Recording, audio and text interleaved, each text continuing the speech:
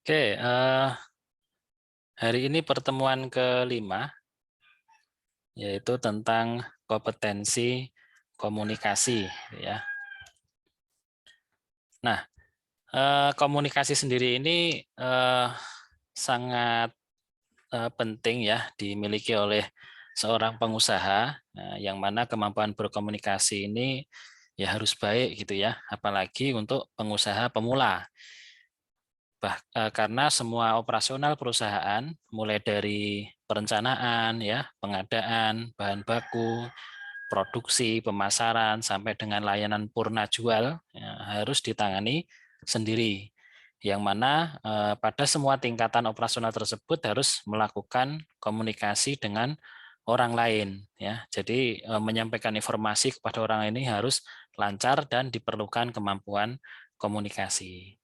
Nah, komunikasi ini yang tidak bagus ini malah akan membuat salah persepsi gitu kan terhadap informasi yang disampaikan dalam lingkup usaha. Kesalahan komunikasi yang seperti ini adalah potensi kerugian materi bagi perusahaan gitu ya. Nah, sebagaimana kalau di era informasi saat ini gitu kan, komunikasi ini tidak hanya terbatas pada komunikasi lisan gitu ya. Banyak interaksi yang bisa dilakukan secara online misalkan ya. Nah, ini juga memerlukan komunikasi secara tertulis misalkan. Nah, misalkan di media sosial, email, SMS, nah ini banyak sekali ya, banyak yang lain sebagainya untuk media komunikasi yang menuntut orang harus punya kemampuan yang non lisan juga kan gitu ya. Nah, yang mana seseorang pengusaha itu memang harus mau belajar menguasai cara komunikasi yang efektif dengan semua media ya, dengan semua media yang ada jika ingin usahanya berkembang gitu ya. Memang ada beberapa orang yang mungkin berbakat gitu ya, berbakat di bidang komunikasi ya, tapi juga tidak sedikit pengusaha itu yang tidak berbakat dalam hal seperti ini. Memang harus dilakukan pembelajaran. Oke, kita akan tengok dulu secara definisi, pengertian dan sebagainya dari komunikasi ini seperti apa gitu ya. Nah, pengertian komunikasi kalau secara kata atau istilah komunikasi ini berasal dari bahasa Inggris ya, communication. Secara etimologis atau menurut asal katanya adalah dari bahasa Latin yaitu communicatus ya, atau di sini komunis ya, memiliki makna berbagi atau menjadi milik bersama, yaitu suatu usaha yang memiliki tujuan untuk kebersamaan atau kesamaan makna. Komunikasi adalah proses penyampaian suatu pesan oleh seseorang kepada orang lain untuk memberitahu atau untuk mengubah sikap, pendapat, atau perilaku, baik langsung secara lisan maupun tidak langsung melalui media. Pengertian jika dianalisis dari prinsipnya, ini dapat disimpulkan bahwa komunikasi itu mengacu pada tindakan gitu ya, oleh satu orang atau lebih, yaitu mengirim dan menerima pesan yang terdistorsi oleh gangguan atau noise ya, terjadi dalam suatu konteks tertentu, mempunyai pengaruh tertentu dan ada kesempatan untuk melakukan umpan balik. Nah, ini adalah pengertian jika dianalisis pada prinsipnya gitu ya. Nah, menurut Ritonga dan Lukianto, ini 2020 ya, komunikasi efektif. Secara pengertian, komunikasi yang efektif dapat dipahami sebagai komunikasi yang mampu menghasilkan perubahan sikap atau attitude change ya pada orang lain. Terjadinya perubahan sikap ini dapat terlihat baik pada proses ataupun pada masa pasca komunikasi. Nah, definisi lain, dari komunikasi efektif adalah pertukaran informasi, ya, ide, ya, terus perasaan yang menghasilkan perubahan sikap sehingga terjalin sebuah hubungan baik antara pemberi pesan dan penerima pesan. Nah, ini kurang lebih seperti itu untuk yang komunikasi efektif, gitu ya. Nah, sebuah komunikasi ini bisa dikatakan efektif jika, gitu ya, pesan dapat diterima, dimengerti, dan dipahami sebagaimana yang dimaksud oleh pengirimnya. Nah, ini yang pertama. Yang kedua, pesan yang disampaikan dapat disetujui oleh penerima dan ditindaklanjuti dengan perbuatan sesuai keinginan dari pengirim. Nah, terus yang ketiga, tidak ada hambatan dalam melakukan apa yang seharusnya dilakukan untuk menindaklanjuti pesan yang terkirim tersebut. Itu ya, ini adalah komunikasi yang efektif, gitu ya. Nah, ini adalah model komunikasi menurut Berelsen 1968, gitu ya. Ini adalah model universal komunikasi yang mengandung unsur-unsur dan setiap tindakan komunikasi, terlepas dari apakah hal itu bersifat intrapribadi, antar pribadi, kelompok kecil, pidato terbuka, atau komunikasi massa, gitu ya. Nah, kita bisa mulai mungkin dari salah satu sisi, ya, bisa dari kanan ataupun kiri, ya. Yang mana ini ada sumber atau encoder, yang sebelah kanan juga ada sumber ataupun encoder, gitu ya. Nah, dari sumber dia akan mengirimkan pesan, ya, yang mana nanti di tengah-tengah pesan tersebut biasanya ada gangguan, ya, ada gangguan, gitu ya. Nah, pesan tersebut juga bisa disampaikan oleh menggunakan, ya, via media ataupun saluran yang berbeda, ya, macam-macam salurannya tadi kan seperti mungkin era digital saat ini, ya, WA, email dan sebagainya, ataupun lisan, ya, ataupun non lisan. Nah, namun saat pesan itu terkirim lewat media apapun, nah ini akan ada gangguan, ya, saat umpan balik itu terkadang ada gangguan. Nah, umpan balik juga tidak hanya gangguan tidak hanya saat umpan balik, bisa juga saat pesan itu dikirimkan. Ya, jadi dia dikirimkan untuk sampai maupun untuk kembali itu terkadang ada gangguan, yang mana hal inilah yang harus kita pahami dan mungkin harus kita hindari supaya komunikasi itu lebih efektif. Makanya tadi dikatakan komunikasi yang efektif adalah ketika ada sumber itu diterima baik oleh penerima, ya, oleh penerima atau decoder, ya. Jadi ketika encoder membuat kode tolong ambilkan itu, gitu, misal kodenya gitu, ya. Nah, kode itu diterima dengan baik, ya. Oh ya, ini ada yang minta tolong untuk mengambilkan ini, ya, saya ambilkan, gitu ya. Siapa yang mengambil tadi?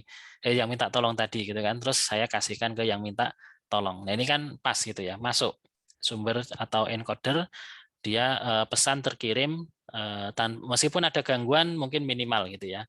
Nah, seperti halnya kita saat kuliah ini, saya sebagai sumber atau encoder memberikan pesan, ya, lewat via Zoom, ya. Terkadang ada gangguan di situ. Encodernya adalah teman-teman semua, ya. Kadang ada motor lewat, ya. Kadang juga mungkin sinyalnya yang jelek, ya.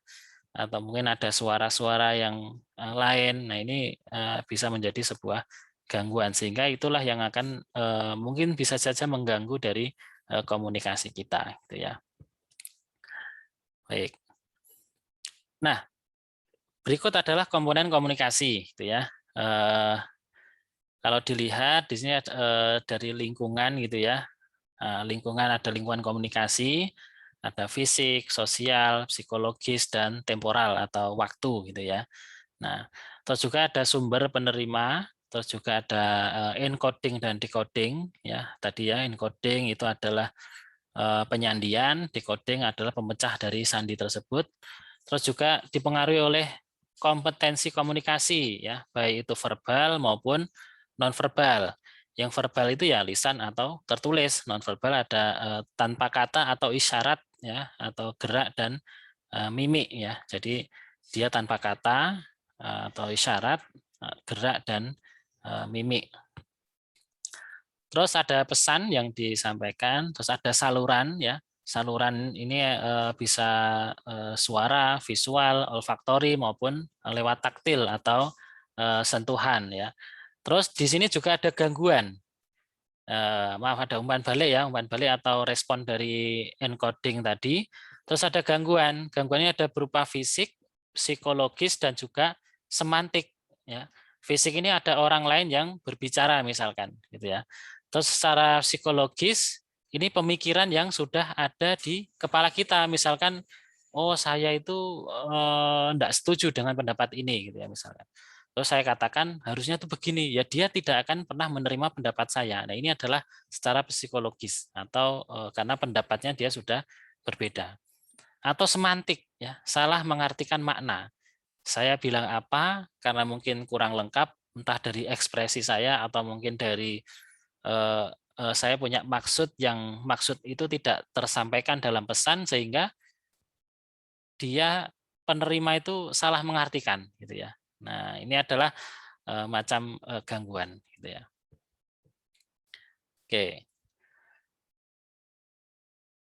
Nah, tujuan dan fungsi komunikasi yang jelas ini agar menjadi tahu dan memberitahukan, terus juga menilai masukan atau input atau hasil atau output ya, atau suatu pola pemikiran, mengarahkan atau diarahkan, terus juga mempengaruhi dan dipengaruhi. Dia juga mengandung beberapa fungsi insidental atau netral. Nah, dari paparan tersebut terlihat bahwa komunikasi ini dapat menciptakan rasa pemahaman, baik tingkat penerimaan, motivasi, ya, terutama untuk menjawab hal terkait, ya, misalkan who says, terus what, in which channel, ya, to whom, and dan in which effect, ya. Nah, kegunaan mempelajari ilmu dari komunikasi ini, yaitu menurut Ruben dan Stewart 2005 ini menyatakan bahwa alasan mempelajari ilmu komunikasi adalah fundamental ya, dalam kehidupan kita. Jadi penting gitu ya. Nah, karena dalam kehidupan kita sehari-hari komunikasi memegang peranan yang sangat penting ya. Kita tidak mungkin bisa hidup tanpa berkomunikasi gitu ya. Nah, jadi memang mungkin orang-orang yang model komunikasi kita kan mungkin macam-macam gitu ya. Kalau dari kita yang mungkin bisa bicara gitu ya, nah kita menggunakan verbal. Tapi ada juga saudara-saudara kita yang mungkin mengalami keterbatasan sehingga tidak bisa berbicara menggunakan bahasa yang non verbal. Nah, ini semuanya komunikasi dan itu penting ya. Kita bisa mengutarakan emosi, mengutarakan keinginan ya dan sebagainya.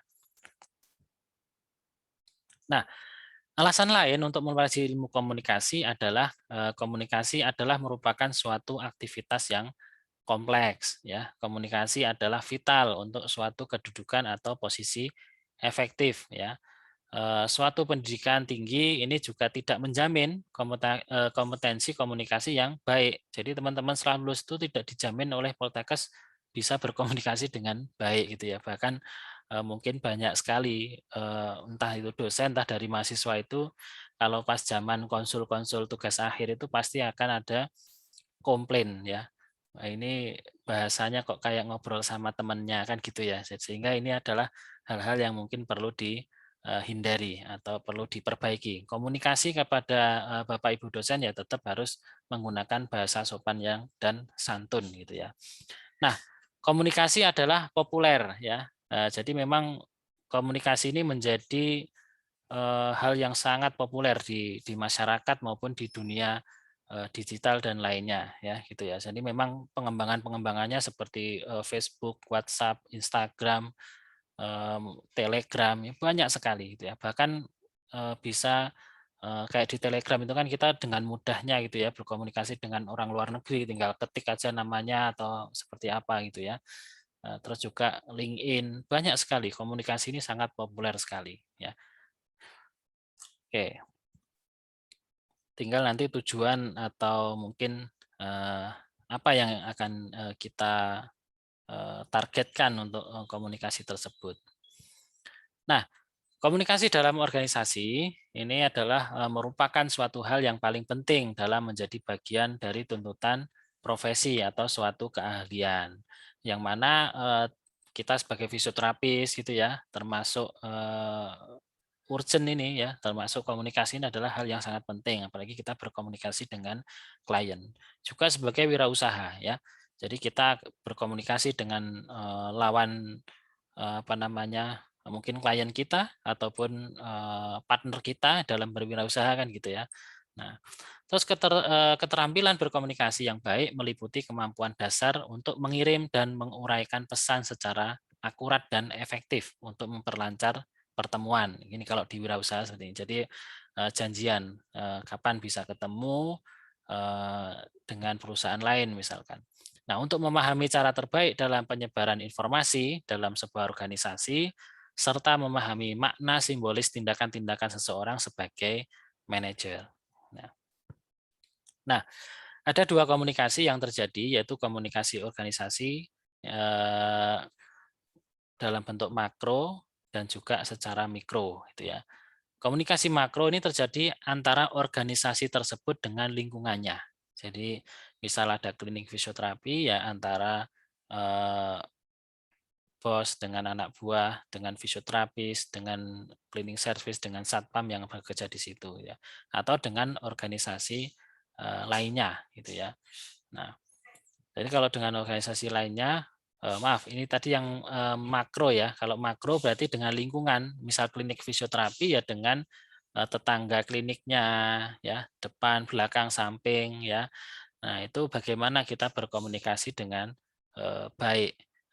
Pada beberapa apa namanya pengusaha yang sudah praktek di lapangan biasanya memang kita harus mungkin memberikan sedikit apa ya komunikasi yang mungkin lebih baik karena memang lingkungan itu sangat penting ya. Kita harus izin dulu ya.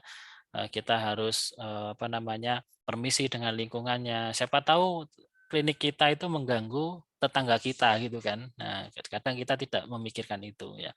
Mungkin parkirnya kurang baik, kurang tertata rapi, terus tiap kali banyak suara teriak-teriak atau apa. Nah, ini kan perlu permisi ataupun perlu izin kepada sebelah kanan kiri maupun dengan menggunakan surat izin. Misal pabrik ya surat izin produksi biasanya. Nah, ataupun dengan organisasi yang lainnya, yaitu dengan apotek, dengan praktek dokter dan sebagainya. Ini dengan organisasi yang lain atau sesama organisasi klinik ataupun yang lainnya. Sedangkan komunikasi mikro ini terjadi di dalam organisasi, yaitu komunikasi yang terjadi di antara para anggota organisasi, antara atasan ya, dan bawahan ya, antar para pemimpin dan juga antar kelompok kerja. Ini adalah komunikasi mikro. Nah, dalam konteks organisasi dikenal proses komunikasi dua arah gitu ya.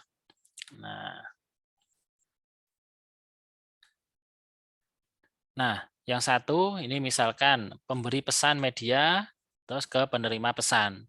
Nah, yang kedua, arah yang kedua adalah dari penerima pesan melalui media pula ini disampaikan ke penerima pesan.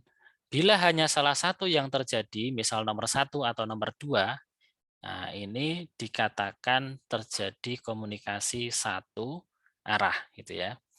Nah, media di sini berupa gerak atau pesan itu sendiri dan pesan sebagai dialog, gitu ya.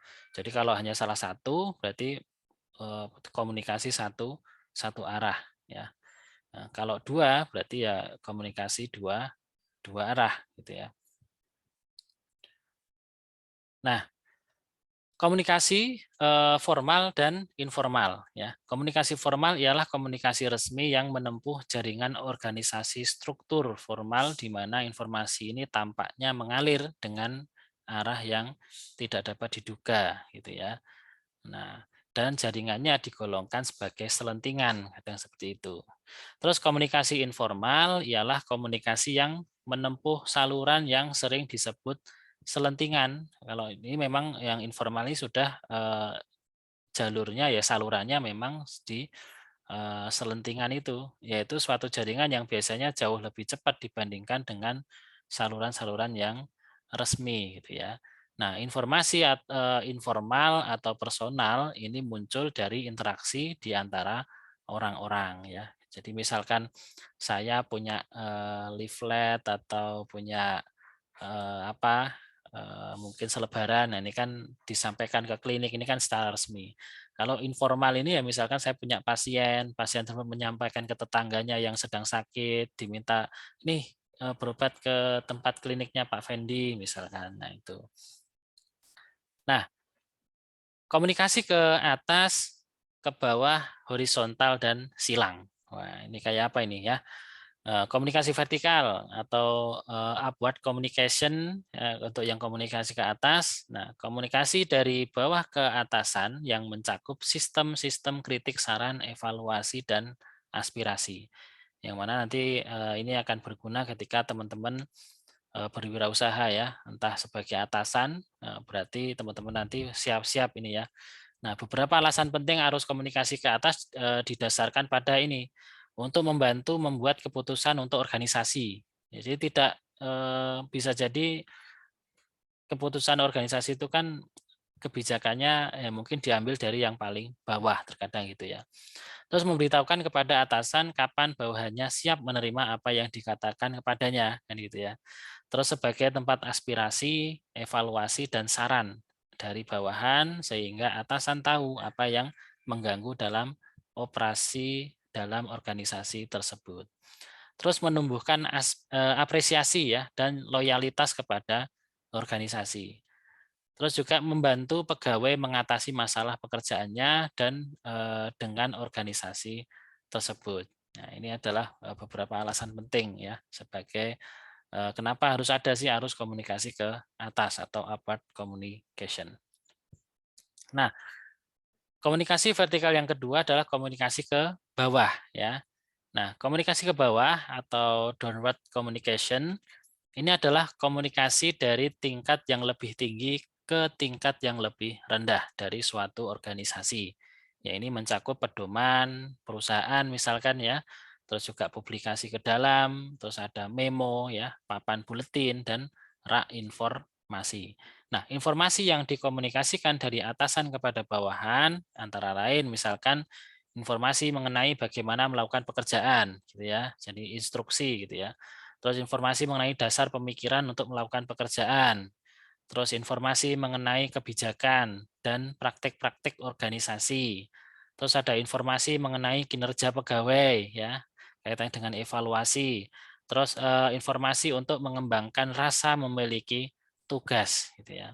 Nah, informasi yang biasa diberikan kepada bawahan biasanya tidak terjadi secara langsung ya, utamanya memang harus melalui pemilihan metode dan media informasi gitu ya. Jadi memang terkadang lewat surat ataupun pemberitahuan ya ataupun ditempelkan di mana melalui WA dan sebagainya ya.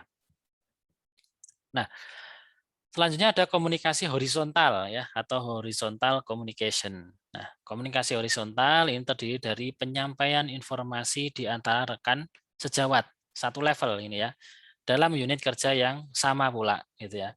Unit kerja meliputi individu-individu yang ditempatkan pada tingkat otoritas yang sama ya, sama-sama mahasiswa misalkan gitu ya, sama-sama pegawai fisioterapi ya, sama-sama sebagai manajer. Nah, dan mempunyai atasan yang sama juga gitu ya. Jadi misalkan horizontal ya syaratnya misal sama mahasiswa tadi ya di mahasiswa Poltekkes ya. Terus kalau misalkan sama-sama perusahaan apa namanya sebagai fisioterapis di klinik ya dia sama-sama atasannya itu ya sama kan gitu ya. Nah, nah, tujuan dari komunikasi horizontal adalah ini untuk mengkoordinasikan penugasan kerja gitu ya. Terus berbagi informasi mengenai rencana dan kegiatan untuk memecahkan masalah ya. Nah, misalkan ada PR ya, bingung ngerjainnya seperti apa. Nah, ini termasuk komunikasi horizontal ya. Terus untuk memperoleh pemahaman bersama gitu ya. Terus untuk mendamaikan, berunding dan menengahi perbedaan. Untuk menumbuhkan dukungan antar personal. Nah, ini. Nah, selanjutnya ada komunikasi silang atau across communication. Nah, komunikasi ini merupakan penyampaian informasi dari rekan sejawat yang melewati batas-batas fungsional dengan individu yang tidak menduduki posisi atasan maupun bawahan. Jadi silang gitu ya. Jadi memang dia sejawat tapi melewati batas-batas fungsional ya, baik dengan individu yang tidak menduduki posisi atasan maupun bawahannya. Nah, untuk jenisnya sendiri ada ini tadi ya, ada dua ya, ada komunikasi lisan dan tertulis dan juga ada komunikasi non verbal. Nah, pesan-pesan lisan memungkinkan menerima umpan balik yang segera ya. Sedangkan komunikasi tertulis ini memberi catatan atau referensi permanen, membantu memberikan dokumentasi dari suatu pesan yang disampaikan, dan juga yang dapat menjadi penting bila pembuktian diperlukan kembali. Jadi sebagai bukti ya ketika punya komunikasi tertulis atau terkadang kita kalau di wirausaha itu ya ada kontrak gitu ya. Nah, kontrak itu nanti akan ditinjau kembali ketika kerjasamanya mungkin kurang baik atau sudah baik, tetap harus ditinjau. Terus komunikasi nonverbal adalah komunikasi yang tidak menggunakan bahasa atau lambang verbal, gitu ya. Nah, ada ekspresi wajah ya. Terus juga wajah ini merupakan sumber yang kaya dengan komunikasi ya. Karena ekspresi wajah ini adalah cerminan suasana emosi seseorang ya, lagi cemberut, lagi senyum gitu ya. Terus kontak mata ya. Dengan mengadakan kontak mata selama berinteraksi atau tanya jawab berarti orang tersebut terlibat dan menghargai lawan bicaranya. Ya, ini kadang sering ini waktu ujian KTI atau skripsi itu lihatnya ke bawah, ke makalah ya, bukan ke pengujinya. Nah, dengan kemauan untuk memperhatikan bukan sekedar mendengarkan. Nah, melalui kontak mata dapat memberikan kesempatan pada orang lain untuk mengamati hal yang lainnya. Nah, selanjutnya ada sentuhan. Ini adalah bentuk komunikasi personal, mengingat sentuhan lebih bersifat spontan daripada komunikasi verbal. Ya, pesan yang tersampaikan biasanya berupa sifat emosional, simpati maupun dukungan. Ya, ditepuk, salaman maupun jabat tangan yang erat. Nah, ini.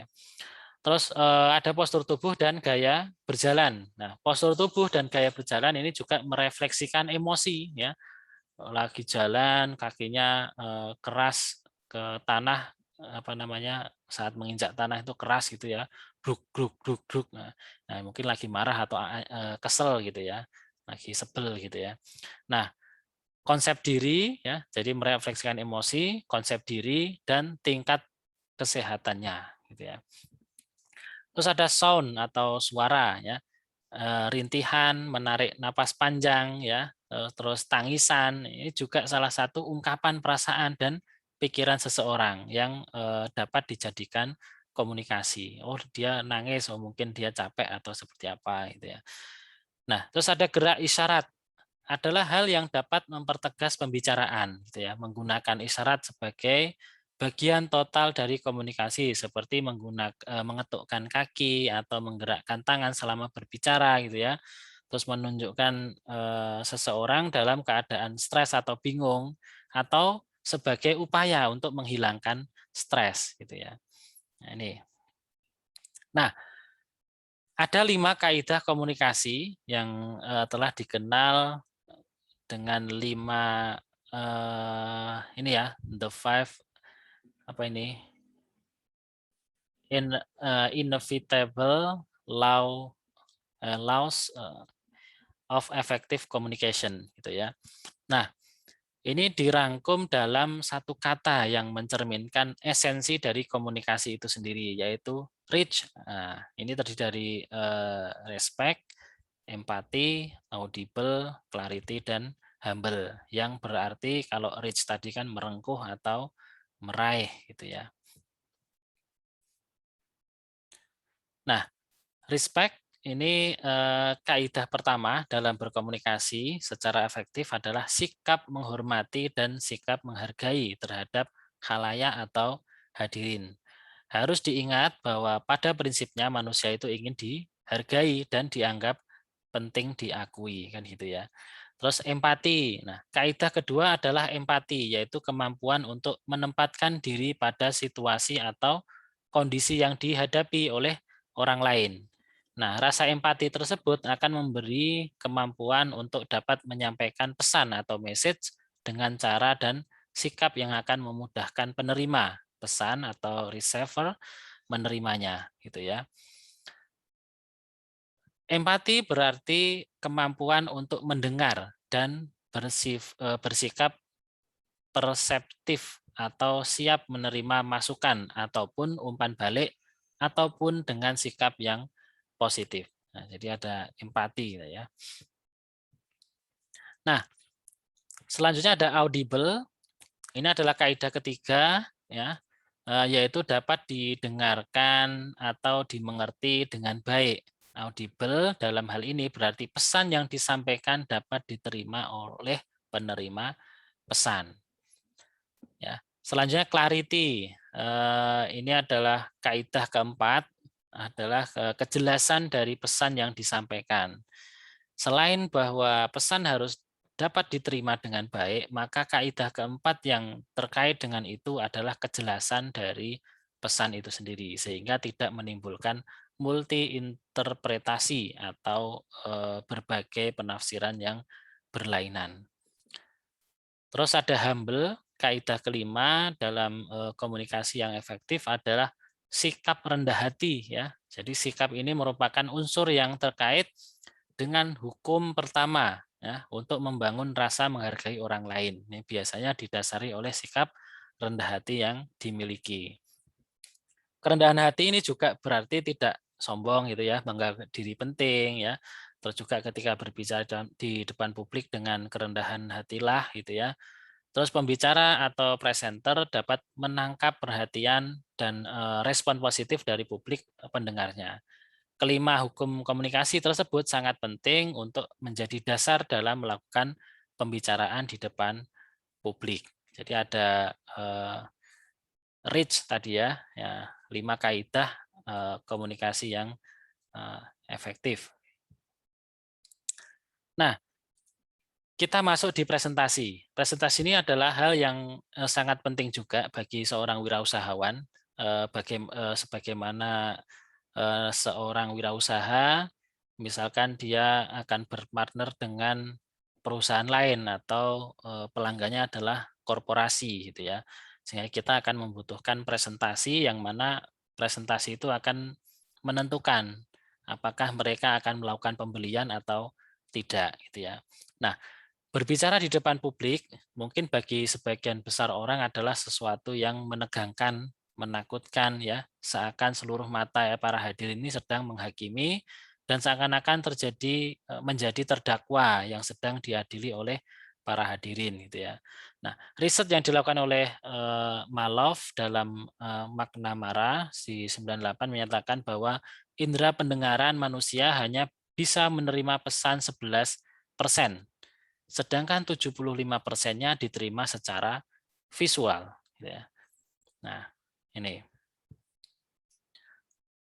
Menurut Hart et al. Dalam Tab and Moss 2000 ya, terdapat 3 aspek pengalaman dalam komunikasi publik ya. Nah, yakni terjadi di tempat publik seperti auditorium, kelas dan lain sebagainya. Cenderung mengemukakan masalah sosial daripada masalah informal dan tidak terstruktur gitu ya, sehingga biasanya direncanakan terlebih dahulu atau agenda acara lain yang mendahului atau mengikuti penampilan pembicara. Dia juga menggunakan norma perilaku yang relatif jelas ya.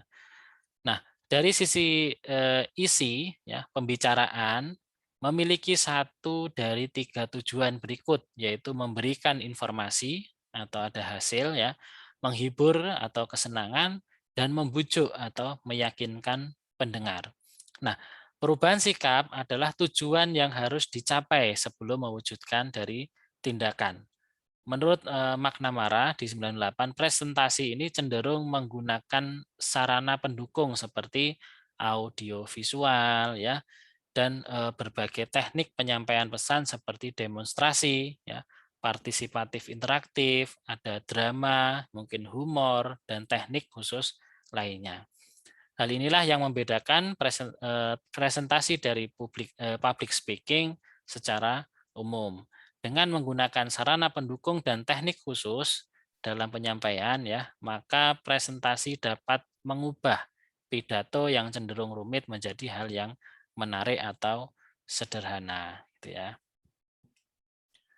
Nah, ini ada persiapan ya untuk presentasi. Persiapan ini menjadi sebuah kunci dari suatu presentasi yang sukses. Presentasi yang sukses adalah ibarat gunung es gitu ya, di mana pucuk gunung es ini dan keindahan yang terlihat di atas permukaan airnya ini hanyalah ujung dari gunung es tersebut. Sedangkan di sini ada 8 langkah ya untuk membantu dalam memanfaatkan subjek pengetahuan secara optimal. Jadi diibaratkan seperti gunung es. Jadi ada 8 langkah yang mana langkah ke-8 inilah yang sebagai pucuk atau esnya. Jadi di bawahnya masih ada 7 ya. Nah, seperti apa? Kita lihat. Nah, yang pertama kita akan menganalisa pendengar. Siapa pendengarnya gitu ya. Terus peninjauan lokasi ya. Terus juga kerangka dan susunannya akan seperti apa. Terus kita melakukan penelitian dan penerapan. Terus kita menulis naskah dan juga catatan gitu ya. Terus penyajian mungkin dengan alat peraga, dan juga kita akan melakukan praktek dan latihan sebelum presentasi. Barulah di tahap ke-8 ini ada presentasi yang disampaikan, entah itu seminar, entah itu orasi ya. Nah, jadi ada 7 persiapan yang sebelum tampil. Nah,